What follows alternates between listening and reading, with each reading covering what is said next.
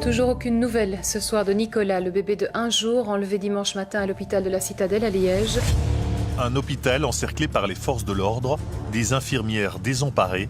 Quelques heures après l'accouchement, un nourrisson est enlevé à sa mère par une mystérieuse inconnue. Madame, vous qui avez mon bébé pour l'instant, je vous appelle au secours. Mon bébé à peine né est toujours tellement attaché à moi. Il a besoin vital de sa maman. On voit cette pauvre dame avec encore le peignoir de sa chambre d'hôpital. Elle vient à peine d'accoucher et elle se retrouve sans enfant. À Liège, une course contre la montre s'engage avec la mobilisation de dizaines de policiers à la recherche du bébé disparu. Ils sont aidés par des bénévoles qui lancent une vaste campagne d'affichage. J'ai appris qu'un bébé avait disparu et automatiquement, je me suis dit, je vais aller me présenter chez Marc et Corinne pour distribuer des affiches. Mais dans la précipitation, les enquêteurs commettent des erreurs jusqu'à mettre l'enquête en péril, déplacement à la mauvaise adresse et publication d'un portrait robot qui ne ressemble pas à la ravisseuse. Ce matin, sur les portes de l'hôpital de la Citadelle, les portraits robots se côtoient. Fallait-il ou non les multiplier? Les avis sont partagés. Chaque jour qui passe, l'espoir de retrouver l'enfant se réduit.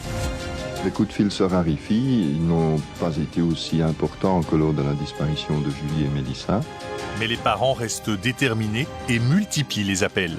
Est-ce que finalement vous lui en voulez à cette dame? Ou est-ce que vous comprenez ce geste invraisemblable? Apparemment elle aimait les enfants, sinon elle n'aurait pas fait tout ceci. Donc à mon avis il est bien soigné. Ce que je voudrais c'est s'en être sûr, c'est tout. Donc elle le retrouver, bien sûr. On découvrira que la mystérieuse ravisseuse vivait dans la région et s'était enfermée dans un mensonge. Elle racontait totalement des histoires, finalement on ne la croyait plus. L'affaire mettra en lumière un problème de sécurité dans les hôpitaux et des dysfonctionnements dans les recherches policières. On aurait pu retrouver le petit Nicolas beaucoup plus tôt. Une première information était parvenue aux enquêteurs lundi dernier. Retour sur l'enlèvement du petit Nicolas, une affaire qui a marqué les Belges au milieu des années 1990.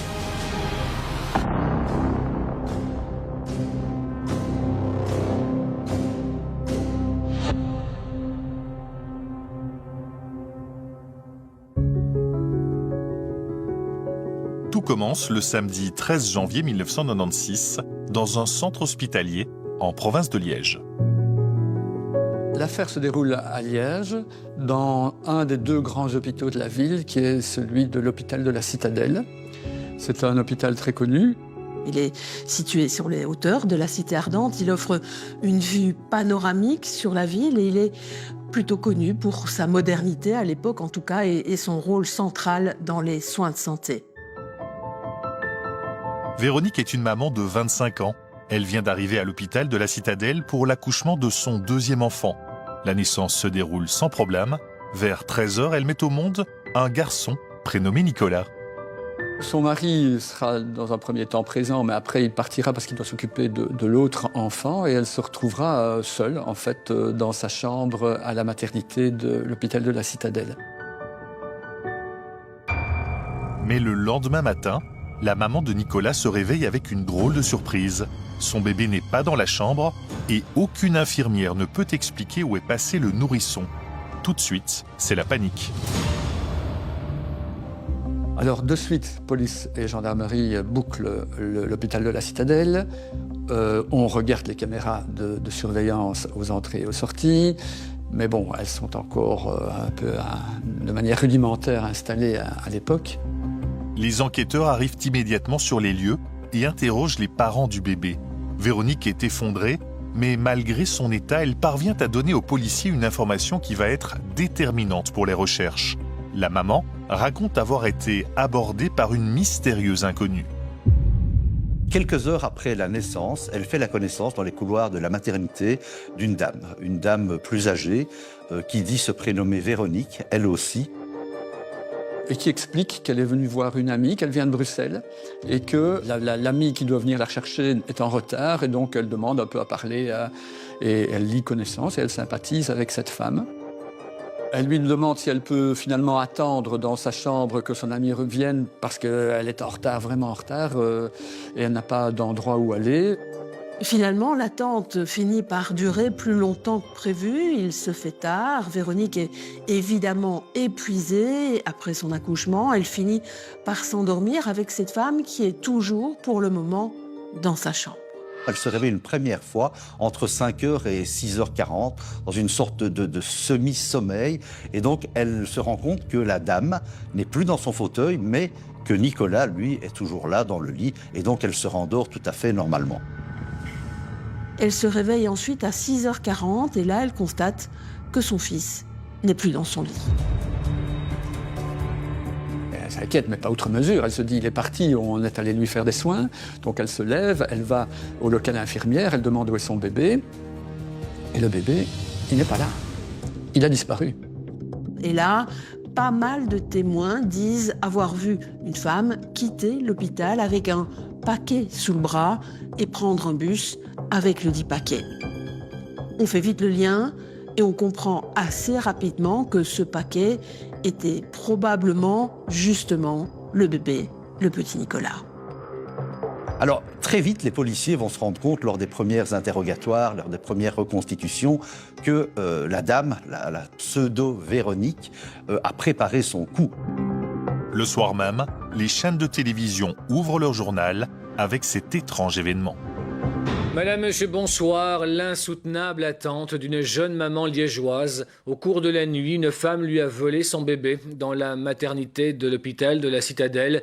Cette femme rôdait depuis une semaine dans les couloirs de la maternité. De nombreux témoins l'avaient vue, mais personne ne s'y était intéressé. D'ores et déjà, une question se pose. Comment personne ne s'est inquiété de la présence de la ravisseuse présumée qui squattait les couloirs de la maternité depuis plusieurs jours? Une patiente s'était d'ailleurs déjà plainte de l'avoir retrouvée sans autorisation de sa part dans sa chambre. Alors, qui est donc cette mystérieuse ravisseuse qui rôdait dans les parages et échangeait avec le personnel? Pour tenter d'y voir plus clair sur les motivations de cet inconnu, les policiers examinent les dossiers judiciaires des femmes qui ont commis des actes similaires. À Chénet, du côté de Liège, toujours, une maman a fait croire à un faux rapt de son enfant en 1992. Elle avait signalé l'enlèvement à la gendarmerie, mais en réalité, il n'y en a jamais eu. Au bout de quelques jours, les enquêteurs ont découvert le cadavre de l'enfant dans la cave de ses parents.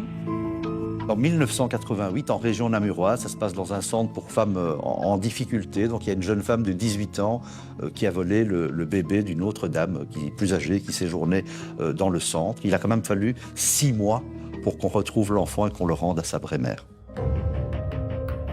Alors que ce soit les journaux, la radio, les télés, tout le monde s'empare tout de suite de cette affaire et va en faire sa une. Hier, à 13h, naissait le petit Nicolas. Ce matin, à 6h30, l'enfant avait été enlevé par une inconnue dont sa maman avait fait connaissance dans les couloirs de la maternité de l'hôpital de la Citadelle. Les deux femmes avaient lié amitié et c'est tout naturellement que la maman de Nicolas a autorisé sa nouvelle amie à passer la nuit dans sa chambre. Elle lui avait fait croire que personne ne pouvait la ramener à son domicile. Elle s'est alors endormie. L'infirmière de nuit, qui, avec la vigilance habituelle, a fait donc, le tour du service, a bien remarqué à 2 reprises la présence d'une personne apparemment endormie dans le fauteuil d'un compagnon, mais elle a pensé logiquement qu'il s'agissait là d'une accompagnante. La pression médiatique sur l'enquête est considérable. Elle s'explique par la tournure prise par une autre affaire judiciaire. Cela fait des mois que les parents de 2 enfants disparus sollicitent en permanence les rédactions. Il faut se souvenir qu'on est donc là en janvier 1996 et que 6 mois plus tôt, donc en juin 1995, disparaissent Julie et Mélissa. Julie et Mélissa, c'est 2 petites filles de 8 ans qui étaient parties jouer et qui ont disparu, comme ça, derrière chez elles, à Flémal. Et depuis, on ne les a plus jamais revues. En attendant, bien, les parents de ces 2 petites filles-là, les Russo et les Lejeune, n'ont pas arrêté de chercher, de faire des témoignages dans la presse, à la télévision, pour demander qu'on leur rende leur fille. Là, ça fait des mois et des mois que les parents de Julie et Mélissa, donc les familles Rousseau et les jeunes, se mobilisent, sont présents dans les médias quasiment tous les jours pour demander aux enquêteurs de faire la lumière, pour demander aux éventuels ravisseurs de leur rendre leur enfant. Qui que vous soyez, où que vous soyez, nous vous supplions de nous rendre nos enfants. Apportez-nous, je vous en prie, la preuve qu'elles sont en vie et qu'elles vont bien. Vous pouvez nous contacter par n'importe quel moyen. Alors, les appels répétés des parents de Julie et Mélissa donnent une idée aux enquêteurs chargés de retrouver Nicolas. Avec l'aide de la maman, ils veulent envoyer un message à la ravisseuse dans les journaux télévisés. Ce qu'on va faire à ce moment-là, c'est qu'on va utiliser une technique qu'on a déjà utilisée pour Julie et Mélissa, c'est-à-dire un appel des parents télévisé où les parents eux-mêmes vont demander à ce que le ravisseur ou la ravisseuse rende cet enfant. Et c'est donc une première technique qui est utilisée. Donc on propose à la maman qui accepte de lancer un appel télévisé dans les journaux télévisés du soir en suppliant donc la ravisseuse de lui rendre son enfant. Madame, vous qui avez mon bébé pour l'instant, je vous appelle au secours. Mon bébé à peine né est toujours tellement attaché à moi. Il a besoin vital de sa maman. J'ai peur car mon petit garçon a une santé fragile. Il a besoin de soins particuliers qui ne peuvent être pour l'instant donnés à l'hôpital. J'en appelle à votre sensibilité, à votre bon sens et votre pitié. J'en appelle à toute votre aide. On voit Véronique éplorée en robe de chambre qui lit très difficilement un texte sans doute qu'on lui a donné et où en fait elle implore la ravisseuse de lui rendre le bébé. Rendez-moi mon bébé s'il vous plaît. Nous les parents, nous ne chercherons aucun ennui, nous ne demandons aucune réparation. Nous pouvons très bien comprendre que vous avez des raisons d'agir ainsi. Mais de grâce, pensez d'abord aux petits. Il y a des images terribles qui restent dans les mémoires. On voit cette pauvre dame avec encore le peignoir de sa chambre d'hôpital. Elle vient à peine d'accoucher il y a 2 jours et elle se retrouve sans enfant. Je crois que vous avez la possibilité de faire quelque chose de très grand en nous le rendant. Son petit frère ne comprend pas. Il cherche dès que 4 ans. Vous pouvez nous aider tout en nous rendant notre enfant tout de suite. Nous faisons appel à votre bon sens en vous demandant de confier notre bébé à toute personne capable de le prendre en charge jusqu'à ce qu'on puisse le récupérer. Ce sont des moments qui sont évidemment toujours très très difficiles et pour la mère et puis évidemment terriblement choquants pour ceux qui entendent des appels tels que ceux-là. Ce sont voilà, des moments affreux. Après cet appel émouvant, tous les commissariats de police se tiennent prêts à recevoir un message ou une visite de la ravisseuse. Mais rien ne se passe. Et si le petit Nicolas était déjà parti bien loin, la multiplication des disparitions d'enfants en Belgique crée un début de psychose au sein de la population qui craint l'existence d'un réseau. Je ne voudrais pas non plus qu'on ait une psychose dans le public en croyant qu'il y a un trafic de bébés. Jusqu'à présent, nous n'avons jamais décelé en Belgique un trafic d'enfants. Il y a eu des bruits qui ont couru sur des enfants qui étaient déjà rasés dans des grands magasins et qu'on essayait d'emmener, etc. Ces bruits sont faux. C'est une psychose et surtout, ceci est tout à fait rarissime et tout à fait exceptionnel. Les enquêteurs nous demandent bien évidemment de diffuser le portrait robot de la présumée ravisseuse. Il s'agit d'une femme de type européen d'environ 35 ans. Elle mesure 1,60 m, corpulence forte, cheveux châtains, yeux bruns foncés. Elle était vêtue d'un caleçon noir, d'un pull anthracite et d'une parka moutarde. Le portrait robot de la ravisseuse est diffusé sur toutes les chaînes, mais son apparition dans les médias n'apporte aucune piste sérieuse. Les policiers envisagent dès lors une campagne d'affichage. Ils peuvent compter sur l'appui de l'association bénévole Marc et Corinne. Sa mission, aider les proches des personnes disparues. C'est un peu le but qu'on poursuivait, c'est de réellement être au service des enquêteurs. Et je crois que le message est bien passé cette fois-ci. Une fois encore, la SBL prouve ainsi qu'elle est un relais indispensable dans ce type d'affaires. Mais parallèlement, les carences de la justice apparaissent au grand jour. Aucun organisme officiel n'est en effet en mesure aujourd'hui de réagir rapidement et efficacement face à une disparition. Hier soir, même pour reproduire l'affichette, il fallut compter sur la générosité d'un particulier, en l'occurrence un gérant de magasin de photocopie. Nous étions devant notre TV, ma femme et moi et les enfants, et nous avons vu que l'ASBL Marc et Corinne avait sûrement besoin de nous. Et nous avons passé un petit coup de fil à cette SBL Et quelques minutes après, me ressonner et nous avons mis nos copieurs à leur disposition. Voilà. Gratuitement? Gratuitement, bien sûr. Et vous avez fait combien de photocopies? Ceux qui décident. Au total, 20 000 photocopies ont été tirées. Dès 20 h, les premières affiches étaient distribuées à la gare des Guillemins ainsi que dans les cafés et commerces voisins. Durant la nuit, près de 250 bénévoles ont placardé dans toute la région liégeoise. J'ai appris qu'un bébé avait disparu et automatiquement, je me suis dit, je vais aller me présenter chez Marc et Corinne pour distribuer des affiches et les coller. Et j'ai trouvé deux messieurs qui voulaient bien m'aider dans cette action. Et je ferai tout pour aider les parents à retrouver cet enfant.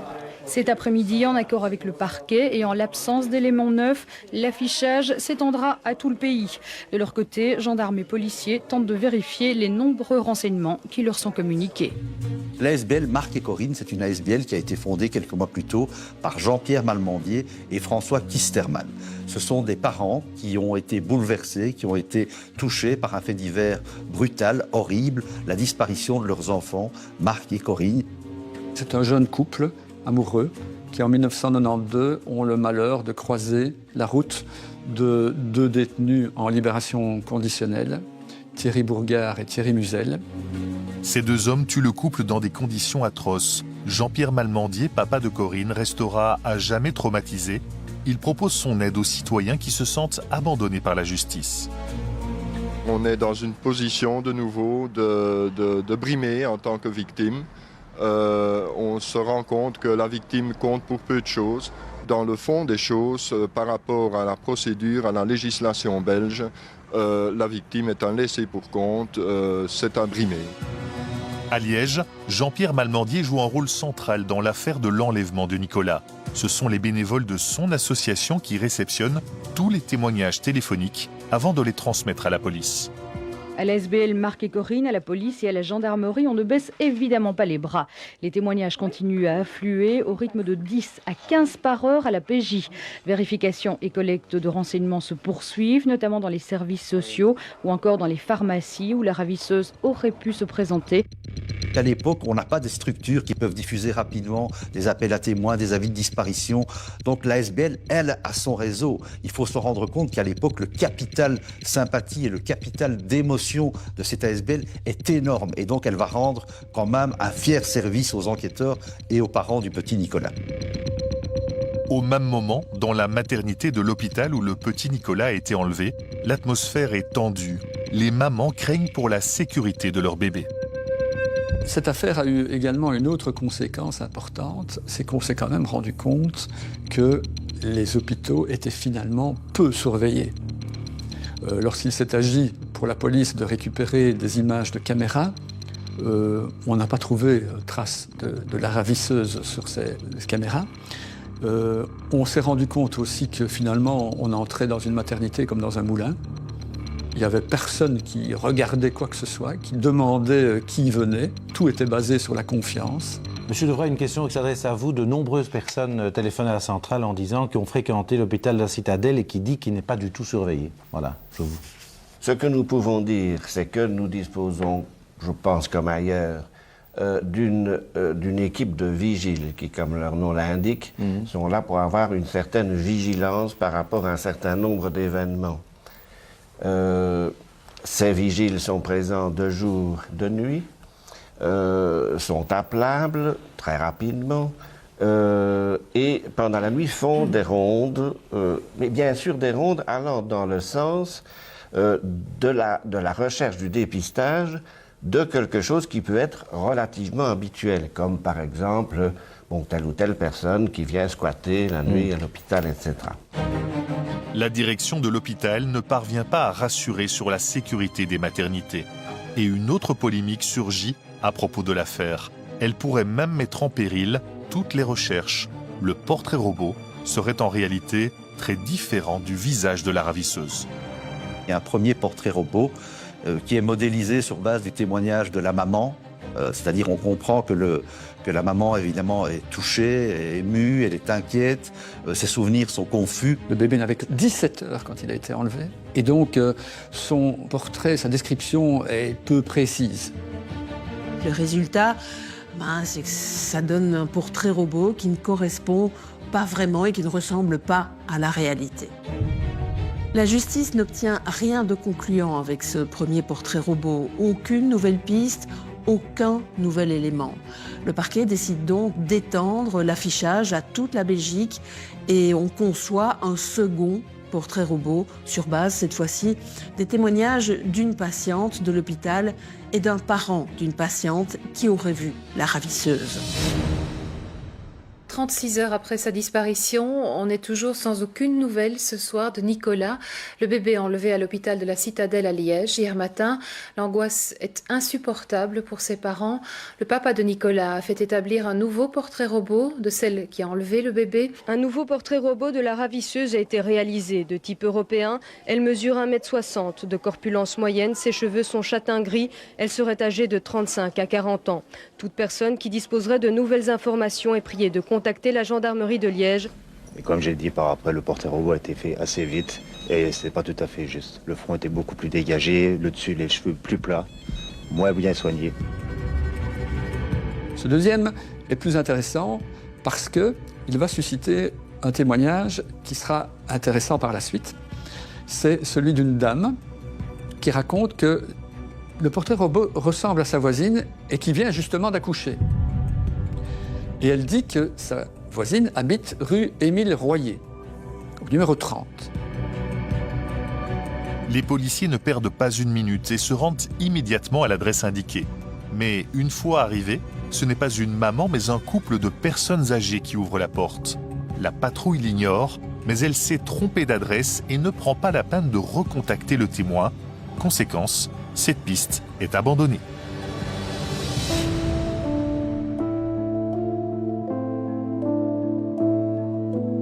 Toujours aucune nouvelle ce soir de Nicolas, le bébé de 1 jour enlevé dimanche matin à l'hôpital de la Citadelle à Liège. Les coups de fil se raréfient, ils n'ont pas été aussi importants que lors de la disparition de Julie et Mélissa.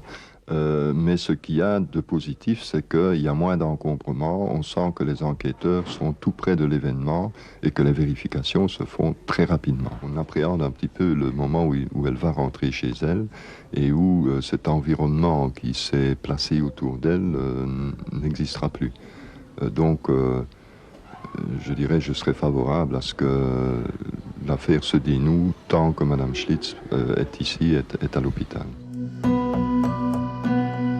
Mais 3 jours après la disparition, les enquêteurs sont désemparés. Alors, ils abattent une dernière carte, peu importe les critiques que cela suscitera. Ils font réaliser un 3e portrait robot de la ravisseuse. C'est quand même le 3e portrait robot en 3 jours, ce qui, on peut le comprendre, sème la confusion auprès de la population. D'ailleurs, ça part un peu dans tous les sens. Il y aura près de 200 signalements. Une infirmière de l'hôpital de la Citadelle, une dame de Woluwe-Saint-Lambert, une autre de Drogenbos. Auquel faut-il se fier? À quoi ressemble vraiment la personne qui est recherchée? Fatalement, les témoignages affluent et les fausses pistes se multiplient. Ce matin, sur les portes de l'hôpital de la Citadelle, les portraits robots se côtoient. Fallait-il ou non les multiplier? Les avis sont partagés. Mais aujourd'hui, chacun reconnaît que la première version, réalisée sur les indications de la maman, fut faite dans une certaine précipitation. Le 2e portrait était dû à l'initiative d'un parent d'une patiente. Celui-ci, le 3e, probablement définitif, est basé sur le témoignage du papa et de la maman du petit Nicolas, mais aussi d'autres personnes qui ont côtoyé la ravisseuse. Les parents s'en sont dit satisfaits, des parents qui aujourd'hui retrouvent un peu de calme après l'agitation des premiers jours. Mais de l'avis des psychologues, ce calme, évidemment lourd d'angoisse, risque de marquer un cap difficile. En effet, l'attente se prolonge et la question d'un éventuel retour à la maison de la maman de Nicolas va se poser dans les prochaines heures. A priori, on peut se dire qu'elle dispose ici d'un environnement qui la connaît, qui l'entoure maintenant depuis plusieurs jours, qui est concernée d'une certaine manière comme elle par le drame qui se passe et qu'a priori on peut se dire qu'il serait peut-être bon de prolonger son séjour ici. C'est que la diffusion du 1er, du 2e puis du 3e portrait robot ne délivre toujours aucune piste concrète. Les enquêteurs se voient reprocher de travailler de façon hasardeuse. Même l'association Marc et Corinne reçoit des critiques. Monsieur Malmendier, vous avez diffusé 20 000 portraits robots très très vite. Tout à fait. Hein, très vite. Visiblement, quand on voit le 3e portrait robot et le 1er, il y a une très très grande différence. Alors, La question un peu simple que je pose, est-ce qu'il fallait diffuser aussi rapidement un portrait robot? Je crois que ce qu'il fallait faire, c'est donner l'alerte pour essayer de retrouver une piste. Maintenant, il y a un premier portrait robot qui a été fait et qui a été modifié par après. À mon sens, ce que je comprends d'un portrait robot, c'est qu'il reprend les traits principaux du visage de quelqu'un, et que c'est assez étonnant si ces traits changent de façon aussi importante en quelques heures. Aucun des 3 portraits robots n'a donné de résultat, mais les enquêteurs n'ont pas dit leur dernier mot et concentrent leur attention sur la façon dont la ravisseuse s'est comportée à l'hôpital. Aux États-Unis, cette technique porte le nom de profiling. Alors, la police ne pense pas avoir affaire à une bande organisée de trafic de bébés? On trouvait comme élément pour justifier cela qu'elle avait pris tous ses jouets, par exemple, elle avait pris sa couverture, elle avait pris ses médicaments. C'est qu'elle sentait qu'elle voulait sans doute s'en occuper. Cette hypothèse rappelle aux enquêteurs une affaire similaire d'enlèvement 10 ans plus tôt. Qui a enlevé vendredi en fin d'après-midi le petit Jonathan, âgé de 6 mois, qui était hospitalisé à l'Institut médico-chirurgical de Tournai. Et pourquoi le petit Jonathan a-t-il été enlevé? À ces 2 questions, pour l'instant, aucune réponse. Au palais de justice de Tournai, on ne comprend pas pourquoi un bébé a pu être enlevé alors qu'il vit dans un milieu très modeste et qu'une demande de rançon est inconcevable. Alors question, des ravisseurs se seraient-ils trompés de bébé comme certains l'ont dit? Ou bien Jonathan a-t-il été enlevé par une personne en mal d'affection? Est-ce que vous avez encore un appel à lancer aux ravisseurs, si ravisseur il y a? Eh bien, tout ce que je demande, c'est qu'il me ramène mon enfant en bonne santé. C'est tout ce que je demande. Je demande rien d'autre, pas de rançon, rien du tout. Tout ce que je demande, c'est que l'enfant revient en bonne santé et sans blessure, sans rien du tout. Finalement, on ne retrouvera jamais ce bébé. Les enquêteurs pencheront pour la piste aussi de l'enlèvement d'une personne en mal d'enfant, puisque en emportant le bébé, la personne a aussi emporté des couvertures et des sirops, ce qui laisse croire qu'elle avait envie de prendre soin de cet enfant et non pas de lui faire du mal. 10 ans après cette affaire non résolue, la justice belge est cette fois bien décidée à retrouver le petit Nicolas par tous les moyens. Ainsi, les enquêteurs acceptent une proposition audacieuse d'un médecin de l'hôpital de la Citadelle. Le juge d'instruction chargé de l'enquête a précisé cet après-midi qu'un accord était intervenu avec la police et la gendarmerie. Madame Renders promet à la ravisseuse qu'elle ne sera pas dénoncée si elle remet le bébé à un médecin. Celui-ci est en effet tenu par le secret professionnel. Je pense que cette personne, que vous qui m'écoutez, qui avez peut-être Nicolas, vous êtes peut-être en difficulté, vous avez peut-être le souci de ne pas savoir exactement comment faire avec lui. Et donc, il est important que vous puissiez faire une démarche en quelqu'un dans lequel vous avez confiance. On va essayer donc de sensibiliser, d'amadouer la ravisseuse en lui expliquant que le bébé, il avait à peine 17 heures quand elle l'a kidnappé, qu'il a absolument besoin de soins, que s'il ne reçoit pas ces soins, il pourrait déshydrater, peut-être mourir. Et donc, on propose à la ravisseuse d'amener le bébé chez un médecin en qui elle a confiance, que ce médecin, de toute façon, est soumis au secret professionnel, secret médical, donc il ne la dénoncera pas, et comme ça, tout rentrera dans l'ordre, et elle ne sera sanctionnée en rien. Ce message du médecin est le dernier espoir des magistrats pour obtenir un signe de la ravisseuse. Mais, une fois de plus, il n'est suivi d'aucun résultat. Alors, la justice implore le médecin de renouveler son appel télévisé en insistant sur le secret professionnel. Si cette dame vous téléphone ou vient chez vous, en vous donnant des indications sur le petit Nicolas ou en vous remettant le petit Nicolas, elle peut être certaine que vous ne direz rien sur son identité. L'ordre des médecins peut poursuivre quelqu'un qui ne tiendrait pas le secret. Donc ce n'est pas simplement que je peux le garder ou ne pas le garder, je dois le garder sous peine de sanction. Oui. Léon Gillet, que diriez-vous à cette dame, vous, en tant que procureur? Je dirais à cette dame qu'elle a probablement vécu un rêve et que ce rêve, elle le désirait, mais que les rêves sont toujours de courte durée et que par conséquent, elle devrait peut-être se rendre compte que ce rêve doit se terminer. Et ce que j'aimerais, c'est que ce rêve, son rêve, se termine par une initiative de sa part, qu'elle se rende compte elle-même qu'elle se grandirait en prenant une initiative personnelle et n'en attendant pas qu'on vienne vers elle. Enfin, ultime message à la ravisseuse, celui de Patrick, le papa. Les enquêteurs lui demandent de faire preuve d'empathie. Est-ce que, finalement, vous lui en voulez à cette dame? Ou est-ce que vous comprenez ce geste invraisemblable? Apparemment, elle aimait les enfants, sinon elle n'aurait pas fait tout ceci. Donc, à mon avis, il est bien soigné. Ce que je voudrais, c'est en être sûr, c'est tout.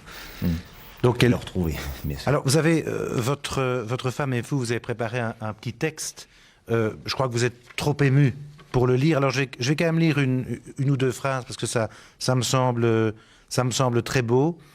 Regardez tout simplement devant vous un homme à qui, sans vous en rendre compte peut-être, vous avez enlevé la raison essentielle de sa vie, son fils, son enfant. Maintenant, je vous le redis, nous ne chercherons jamais à vous poursuivre si vous nous rendez notre petit garçon. Un geste, un coup de téléphone, nous vous en supplions. Adressez-vous à quelqu'un qui puisse nous le remettre, un médecin, un hôpital. Et une fois de plus, ces messages à la ravisseuse ne sont suivis d'aucune réaction. Les enquêteurs sont pessimistes quant aux chances de retrouver le bébé, quand soudain, l'association Marc et Corinne reçoit un coup de fil qui va être déterminant. Il s'agit d'une dame qui avait déjà appelé au sujet du comportement étrange de sa voisine. Et alors, elle demande aux policiers, mais vous êtes allés là où je vous ai dit? Ben oui, on est allés, qu'ils disent, et on a trouvé un couple de personnes âgées. Ben pas du tout, elle dit, c'est pas du tout un couple de personnes âgées. Mais vous êtes bien allés à Flémal. Et là, on s'aperçoit qu'en fait, il y a 2 rues Émile Royer, l'une sur Gemep, l'autre sur Flémal, et qu'au moment où on a fixé le territoire des communes, on les a gardées, mais on a recommencé la numérotation. Cette fois, les policiers se déplacent vers la bonne adresse. Sans trop y croire, ils sonnent à la porte du numéro 30. Et là, tout bascule. La femme qui leur ouvre ressemble trait pour trait au 3e portrait robot. Et ce n'est pas tout. Un bruit de nourrisson attire leur attention. Ils entrent aussitôt dans la maison et distinguent un bébé qui ressemble beaucoup à Nicolas. Voilà. Regardez ici. Allez le papa, un peu de côté, voilà, c'est bien. Photo controversée. Madame, Monsieur, bonsoir. C'était donc peu après 15 heures à l'hôpital de la Citadelle à Liège. Nicolas, son papa et sa maman, enfin réunis après une semaine d'attente et d'angoisse. Toute la famille réunie comme au premier jour, des visages souriants et détendus. Les proches des parents nous diront même que pour Nicolas, c'est un peu comme une deuxième naissance. Les parents, eux aussi, sont soulagés, même si les tensions de cette semaine restent encore bien visibles. Depuis que je l'ai appris, il n'y a plus rien à dire, là, je suis fou, c'est tout. Nicolas pèse 2,8 kg, il est âgé de 8 jours. À l'hôpital, il a déjà séduit tout le monde, jusqu'à son arrière-grand-mère. C'est la première fois que vous voyez le bébé? Ah oui, ah oui. Vous le trouvez comment? Il est beau, comme tous les bébés. Après 7 jours d'angoisse, l'affaire du petit Nicolas se termine bien. Mais les enquêteurs ne sont pas au bout de leur surprise. Ils découvrent stupéfaits que la ravisseuse est une mère de famille. Elle s'appelle Christine Batz. Christine Batz avait raconté à ses proches et à ses voisins qu'elle était enceinte de jumeaux. Mais sa voisine a trouvé que cette femme avait un comportement étrange. Elle avait l'impression qu'elle esquivait ses questions sur sa grossesse. Il semblait que quelque chose n'allait pas. Flémal, rue Émile Royer, on est encore sous le choc. La ravisseuse, c'est leur voisine, Christine Batz, 36 ans. Elle habite au numéro 30 de la rue Émile Royer depuis quelques mois avec son mari et ses 3 enfants âgés de 7 à 14 ans. Pourtant, même avec la large diffusion des portraits robots, personne ici n'avait fait le rapprochement entre elle et la ravisseuse du petit Nicolas. Non, je ne savais même pas ce qui s'était passé. Non. Vous n'aviez pas vu le portrait robot? Mais j'ai jamais fait le rapprochement. Je ne m'imaginais pas du tout ici dans la rue, et même avec le portrait robot, ça ne m'avait rien dit du tout, moi. Le portrait robot ne m'a pas fait faire tilt, ne m'a pas fait penser à cette dame-là, non. Mais la photo, quand même, c'était fort argent. Hein. Photorobot, c'était pas tout à fait ressemblant, quoi. Hein. On n'avait pas fait le rapprochement, mais maintenant c'est fait, le déclic est fait, c'était elle. Madame Batz, qui est en aveu, est toujours entendue dans les locaux de la police judiciaire. Mon office a requis ce jour, Madame le juge d'instruction, de délivrer un mandat d'arrêt à charge de Madame Batz Christine sur base des articles 364 et 365 du Code pénal. Les parents de Nicolas s'empressent de remercier Jean-Pierre Malmandier et toutes les personnes de l'association Marc et Corinne. Ils les remercient pour leur soutien psychologique, pour leur écoute, pour toutes ces heures passées au téléphone qui se sont avérées être vraiment efficaces. C'est un grand moment d'émotion pour tout le monde. Nicolas, dans son couffin, paisiblement endormi. Pour tous les bénévoles de la SBL Marc et Corinne, le cadeau n'a pas de prix. Ce soir, leurs efforts d'une semaine, leur travail de 3 ans trouvent une formidable justification. Ce qui nous intéressait, c'était de rendre les enfants à leurs parents. Et ici, ma foi, on le voit, c'est public. Et... C'est une récompense là, de l'avoir là, dans vos bras? Ah, tout à fait, oui. C'est merveilleux, voilà. Alors madame, aujourd'hui, pourquoi êtes venue ici? Pour remercier la SBL Marc et Corinne et tous ceux qui travaillent ici. Et ils nous ont beaucoup aidés. Comment ça s'est passé hier soir avec Nicolas et aujourd'hui? Très bien, oui, c'est un enfant qui est très facile. Voici Christine Batz, la ravisseuse du petit Nicolas, entendue hier durant une dizaine d'heures à la PJ de Liège. Les enquêteurs écoutent attentivement Christine Batz. Ils veulent comprendre ce qui a pu motiver cette mère de famille à enlever l'enfant d'une autre maman. La ravisseuse, elle est déjà maman de 3 enfants. 3 filles, âgées respectivement de 14, 10 et 7 ans. Alors ça peut sembler bizarre qu'une maman qui a déjà 3 enfants fasse tout ce qu'elle a fait pour kidnapper un nouveau-né. Alors il y a une explication, c'est que donc Christine s'est remariée, enfin elle a un nouveau compagnon avec qui elle veut absolument avoir un enfant et qui lui de son côté met la pression pour avoir un enfant. Mais les échecs se répétaient, ils en étaient déjà à 3 fécondations in vitro, sans résultat. Dans un élan de désespoir et de frustration, Christine Batz a donc fait croire à son compagnon, ainsi qu'au reste de son entourage, qu'elle était enceinte de jumeaux, étant donné qu'elle était déjà un peu ronde à la base et qu'elle avait pris du ventre suite aux fécondations in vitro. Les gens n'ont pas mis en doute cette grossesse. Au terme des 9 mois de grossesse, des 9 mois d'illusion, elle ne voyait pas d'autre issue que de voler un bébé pour continuer à faire vivre son mensonge. Et donc elle dit partir à Bruxelles pour accoucher. Et en fait, elle ne prendra pas la route de Bruxelles, mais elle se rendra à l'hôpital de la Citadelle pour essayer de trouver un enfant. Et puis, elle a rencontré la fameuse Véronique, qui venait d'accoucher, avec qui elle a lié d'amitié. Elle a su lui parler, elle a su gagner sa confiance. Elle a emmitouflé le bébé Nicolas dans sa veste. Elle est partie. Elle n'a suscité aucun commentaire. Et elle a repris le bus et elle est arrivée chez elle. Et elle a expliqué à son mari qu'elle était chez son ami à Bruxelles, mais que des crampes étaient venues. Il était temps d'accoucher, donc elle a accouché directement et il a fallu le faire de suite. Elle disait qu'elle avait perdu un prématuré et qu'il restait un, je ne sais pas moi, elle racontait tout tellement des histoires. Finalement, on ne la croyait plus. Le papa racontera plus tard que la famille était heureuse d'avoir un bébé, mais triste d'en avoir perdu un. Elle a expliqué qu'elle l'a prénommé Tim. Une voisine a tout de suite mis en doute les propos de Christine Batz et s'est manifestée dès la diffusion du 2e portrait robot. Le déplacement des policiers vers une mauvaise adresse est tout de suite épinglé par les médias. On aurait pu retrouver le petit Nicolas beaucoup plus tôt. Une première information était parvenue aux enquêteurs lundi dernier. Lundi dernier, soit le lendemain de la disparition du petit Nicolas, les enquêteurs se présentent ici, au 30 rue Royer. C'est bien l'adresse de la ravisseuse, mais ici nous sommes à Gemep. Christine Batz, elle, habite Flémal. Une erreur qui a fait perdre une semaine d'angoisse pour les parents de Nicolas. 10 mois plus tard, Christine Batz est jugée devant le tribunal correctionnel de Liège. Pour la première fois, le père de Nicolas se retrouve face à celle qui a enlevé son fils. 10 mois après l'enlèvement du petit Nicolas, Christine Batz pleure. Elle pleure derrière son mouchoir et regrette ses actes.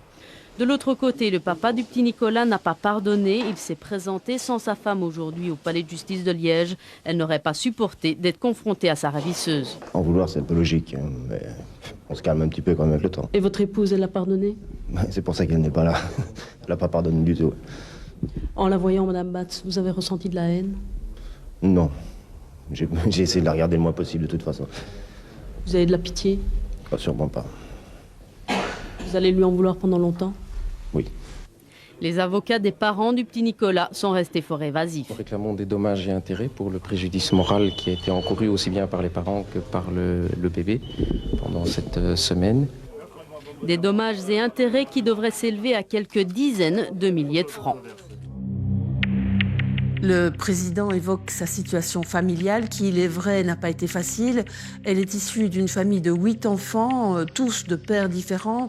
Elle a dû arrêter ses études à l'âge de 12 ans pour faire le ménage. À l'audience, Christine Batz apparaît effrayée, elle apparaît fragile et très hésitante dans ses réponses. Le président a voulu tenir compte du bon traitement qu'elle a apporté à Nicolas durant sa semaine de captivité. Il a également abordé la phase dépressive qu'elle traversait et qui atténuait son discernement. Il a aussi souligné la nécessité pour elle de continuer, de pouvoir continuer à s'occuper de ses 3 enfants. La défense estime que la punition s'accliente la vie au quotidien. Elle est angoissée, n'ose plus se montrer, elle a peur du regard des autres. C'est pourquoi la défense a demandé la suspension du prononcé. Le substitut du procureur du roi, 1 an de prison avec sursis, et la partie civile réclame des dommages et intérêts. Nous réclamons en fait 150 000 francs pour l'enfant et 250 000 francs pour chacun des parents. La médiatisation de l'affaire a néanmoins joué un rôle très important.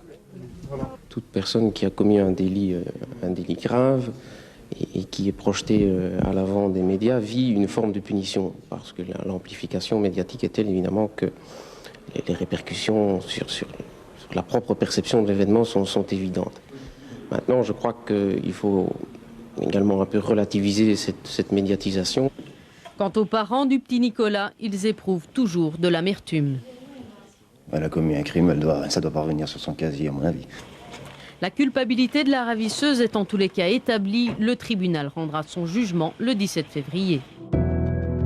Finalement, Christine Batz est condamnée à 10 mois de prison, dont 5 avec sursis probatoire, sous condition qu'elle poursuive un traitement psychiatrique. Les parents de Nicolas ont été un peu déçus du verdict, parce qu'ils estimaient quand même que cette affaire était d'une grave importance. On avait quand même enlevé leur enfant. Et il faut savoir aussi que ça a laissé des séquelles dans le couple. Par la suite, Véronique souffre énormément d'agoraphobie, au point d'être hospitalisée. En tout cas, ce qu'on sait, c'est qu'elle ne veut plus se remémorer un événement qui l'a totalement traumatisée. Dans les hôpitaux belges, il y aura un avant et un après Nicolas. Lors de l'enlèvement, d'importantes failles de sécurité ont été mises en lumière. L'infrastructure d'une maternité est aménagée de telle sorte que le personnel puisse y observer le moindre mouvement. Du bureau central, il est possible de voir tout le couloir grâce à un espace vitré très large. Un vigile effectue régulièrement une tournée de surveillance. Son attention est fixée à la fois sur les personnes et les objets. En plus, la nuit, quiconque entre dans l'hôpital doit montrer patte blanche. Après le procès, les protagonistes de l'affaire ne feront plus parler d'eux. Ce n'est que 20 ans après la disparition que des journalistes ont pris contact avec Nicolas. J'ai vu le petit Nicolas, qui était âgé de 20 ans forcément, après, et qui lui était très bien dans sa peau, qui évidemment on n'a aucun souvenir de ce qui s'est passé, si ce n'est ce qu'on lui en a raconté, et qui suivait des études pour être électricien, et ça avait l'air de bien se passer. Dans les années 1990, l'enlèvement du petit Nicolas reste l'une des rares affaires de disparition en Belgique à connaître une issue heureuse. Depuis, aucun autre enlèvement de nourrissons n'a été signalé dans le pays.